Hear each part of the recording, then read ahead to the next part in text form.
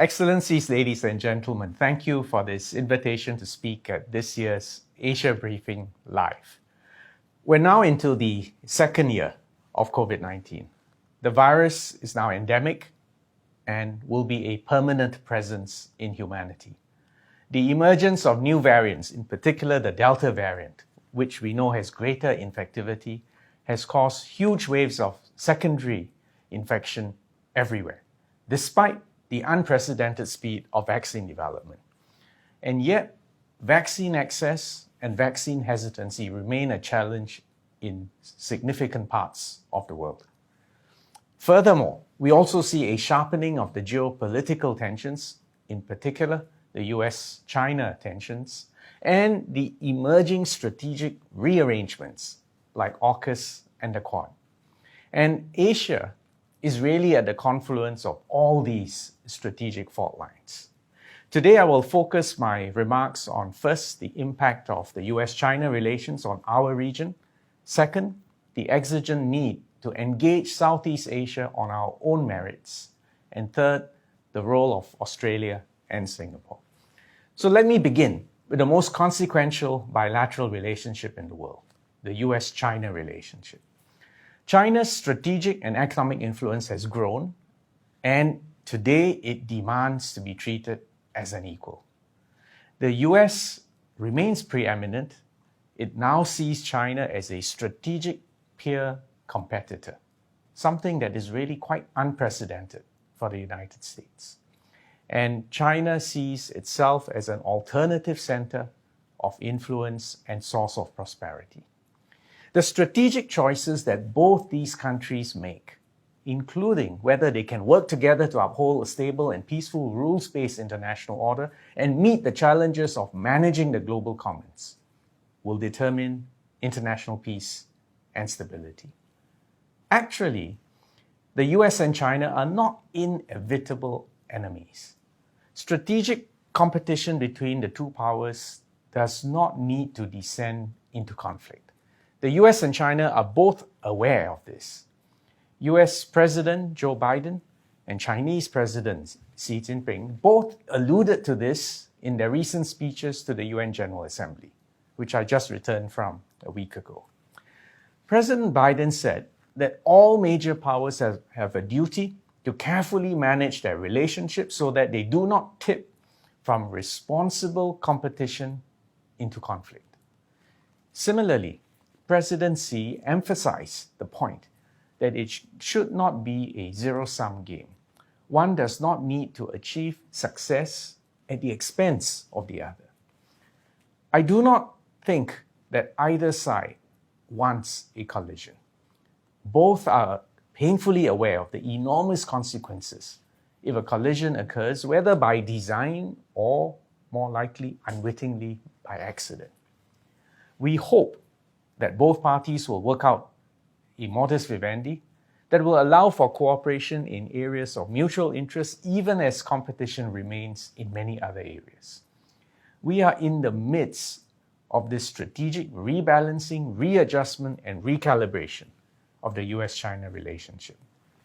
And Southeast Asia, which has been at the crossroads of civilizations and trade routes for many centuries, is where the action will be for at least the next couple of decades.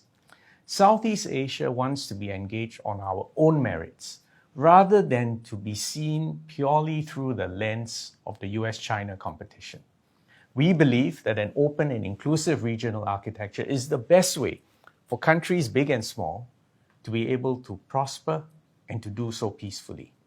We believe there are huge opportunities for our region, and our external partners in fact have significant equities right here, and we welcome them to remain engaged. Southeast Asia has 650 million people, a combined GDP of US $3 trillion, which, by the way, will more than double in the next 2 decades. ASEAN is projected to be the 4th largest single market by 2030, after the EU, US, and China. The US is the largest investor in Southeast Asia. With a larger stock of investment in the region, than what it has cumulatively invested in China, India, Japan, and South Korea combined. China has been ASEAN's largest trading partner for the past 12 years. But what many people don't realize is that ASEAN has now become China's largest trading partner since 2020. Australia's trade with ASEAN countries is larger than Australia's trade with Japan and the US. There are therefore many areas for regional cooperation, and let me briefly touch on three of them: the COVID-19 recovery, the digital economy, and climate change. In the immediate term, countries are focused on recovery from COVID-19, and in particular, managing this transition from a COVID zero strategy to a COVID resilience strategy. And all of us need to work together on this recovery, helping each other with medical supplies and vaccines, sharing experiences, working together on R&D, as well as real-time information sharing. And in the longer term, we need to take forward the recommendations of the G20 High-Level Independent Panel to address major gaps in pandemic preparedness, to strengthen the multilateral support for the WHO and the UN, and to mobilize resources for our collective security. Because this is a clear example where no one is safe until everyone is safe. Second, COVID-19 has in fact accelerated the digital revolution, with the digital economy a key new area of growth. Southeast Asia's digital economy is projected to grow threefold by 2025. But the digital divide is also widening around the world and within countries. Digitalization requires a concerted global response.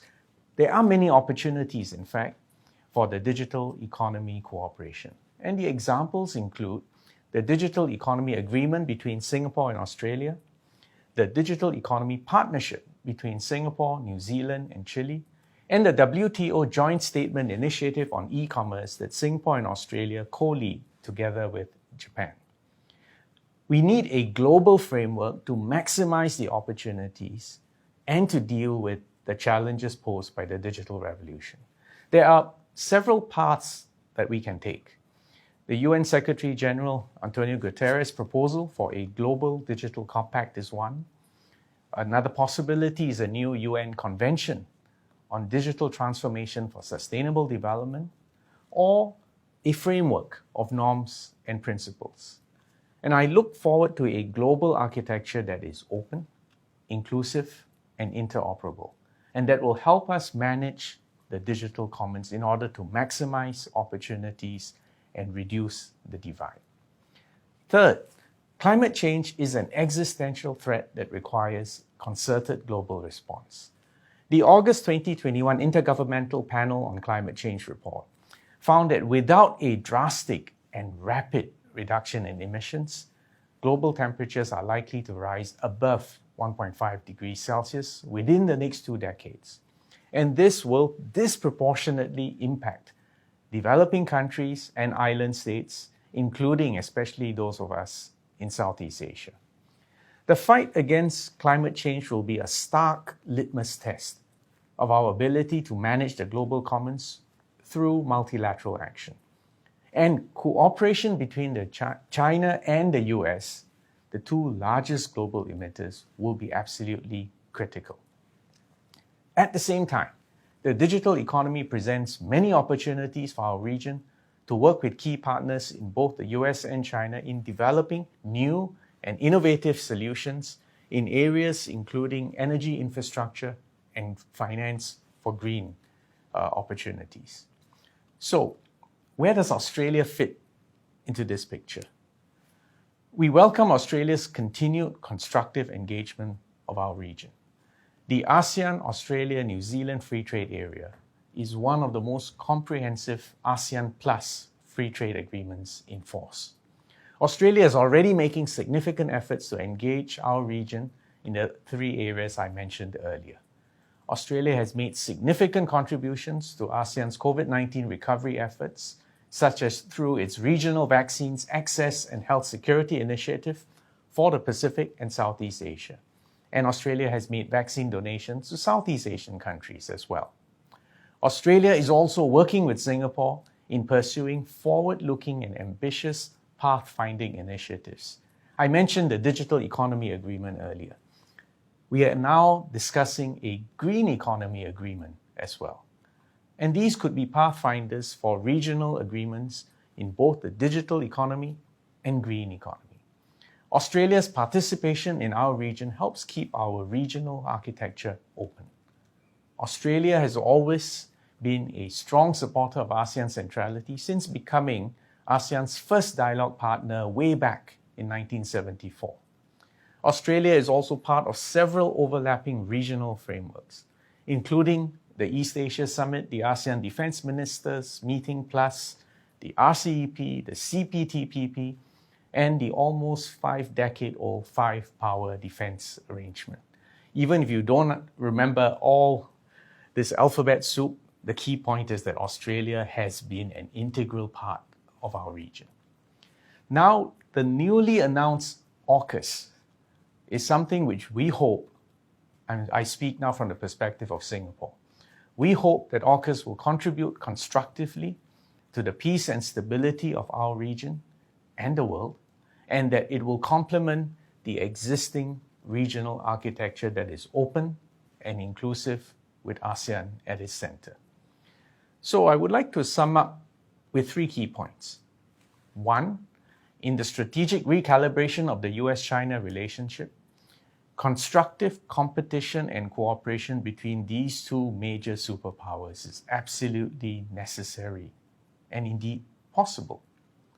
The converse outcome would be catastrophe for everyone.